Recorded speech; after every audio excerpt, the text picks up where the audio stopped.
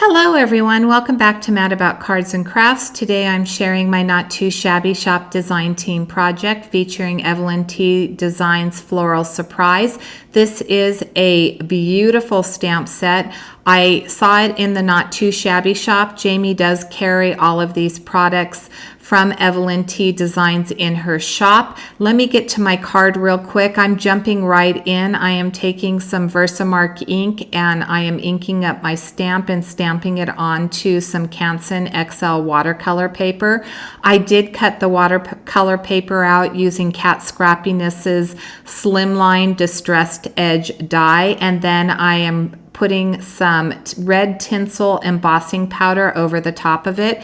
That embossing powder is from Ranger and it is gorgeous. Oh my goodness. It has some beautiful glitter in it, and when you hold it in the light, it gives you some of the most amazing sparkle. So I am going to bring my heat tool to it. I did heat my heat tool up. That's a Wagner heat tool for about 30 seconds. And now I'm going to stamp the main portion of the stamp. And you can see that I'm getting edge to edge on this. I thought when I saw this that it would make a beautiful Christmas card. It was actually intended for Mother's Day. I am using my Karin brush markers, and these are water-based markers, and I'm using a watercolor brush. The well of that watercolor brush isn't filled. I'm using water onto the left side of my mat.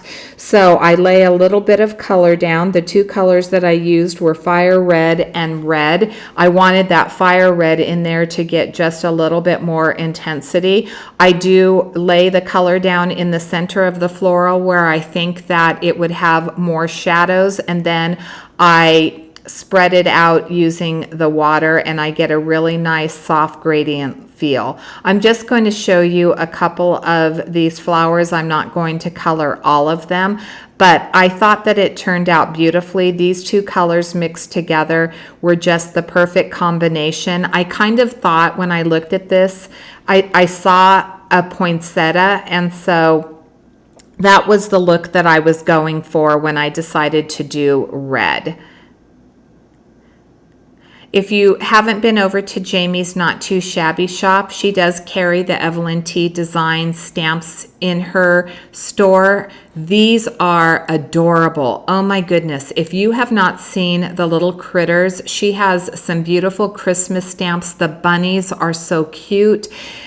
This one has cats and dogs in it, which is what drew me to it. Not only did it have the beautiful floral, which I absolutely love, but it had the critters hidden inside of it. So she has some amazing stamps. They stamp beautifully. I will be doing a second video with this stamp set. I'm going to apologize up front. My camera dropped. I didn't realize in the middle of the filming that my camera had dropped down. I just didn't notice it, and so I'm a little bit off. Where my paper is not typically where the camera is. The camera is usually up higher, so it's getting more of my desk, and so I'm off camera here. And then the lock on my camera, it locks the focus. I don't know what happened, but my focus gets a little bit wonky right here, and I don't know if it's because I'm using that lighter green or what it is, but it gets a little bit wonky, and so I'm going to apologize. My next video will be much better. I am laying down a little bit of water, and then I'm putting this green pen down. It's called Apple.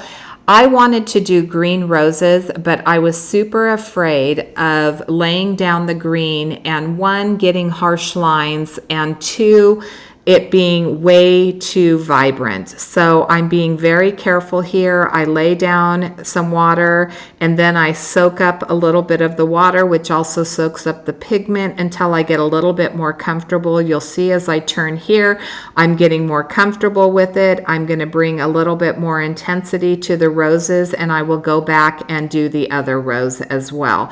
One of the problems that I've had using Canson XL with the Karin brush markers markers is when I draw a line to watercolor it out, like I do with my zigs on Bristol, sometimes it soaks deeply into the paper, and I don't know why some colors do that and other colors don't. I watched my friend color on her channel, and I asked her, I said, why aren't you getting that? And she says, I work really fast and I use a lot of water. Well, I figured it out. The gray tones, I was coloring critters where I was having this issue, and it's the gray tones that tend to do that. You're going to see there's a spot in here where I start coloring with the gray, and that gray is just not moving. So I do have a fix for that. I did figure out how to work with the gray markers on this paper, and I can use it more often because I really liked the way the rest of the pigment moved on the paper. That leaf right there, I thought of it kind of as a holly leaf, and so I went in with a teal color. It's called Ocean Teal, and I am putting the ink down where I thought that the shadows would be. I'm not really doing a whole lot of shading. I could have went back in with this and I could have really deepened the colors and added more shading, but I was just enjoying the process, and I knew that I wanted to come back in with some inks, with some paint splattering, and that would cover a lot of that up. So I just went with some very simple, I didn't use multiple tones. You see that I'm going around where the valleys would be, and I'm adding a little bit more pigment, but I'm not really taking a lot of care to create a masterpiece. I think that the florals themselves, that they lend themselves to the beauty of this card. I am using some almond color. I wanted to do white for these flowers, but because I did the red heat embossing and because the Canson XL kind of has a creamy tone to it, I didn't think that I would be able to pull off that white.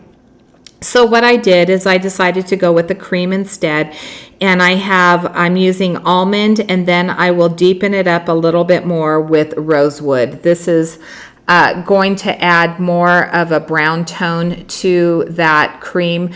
Those are more, the almond is kind of like what you would use for a flesh color if you were coloring a person, and it was just a little bit too light, so I did bring in that second color of the almond.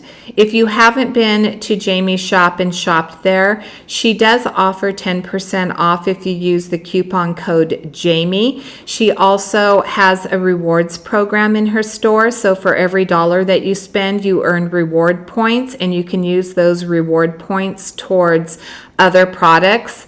She also has a Facebook page called the Scrappin' Stampers, which is amazing. There are we post on there, and then her customers also post their creations on there. So if you're a creator, I would absolutely love to see what you've made, what's inspired you. If you purchase this stamp set and you use it, we would love to see you over on that Facebook page posting your cards.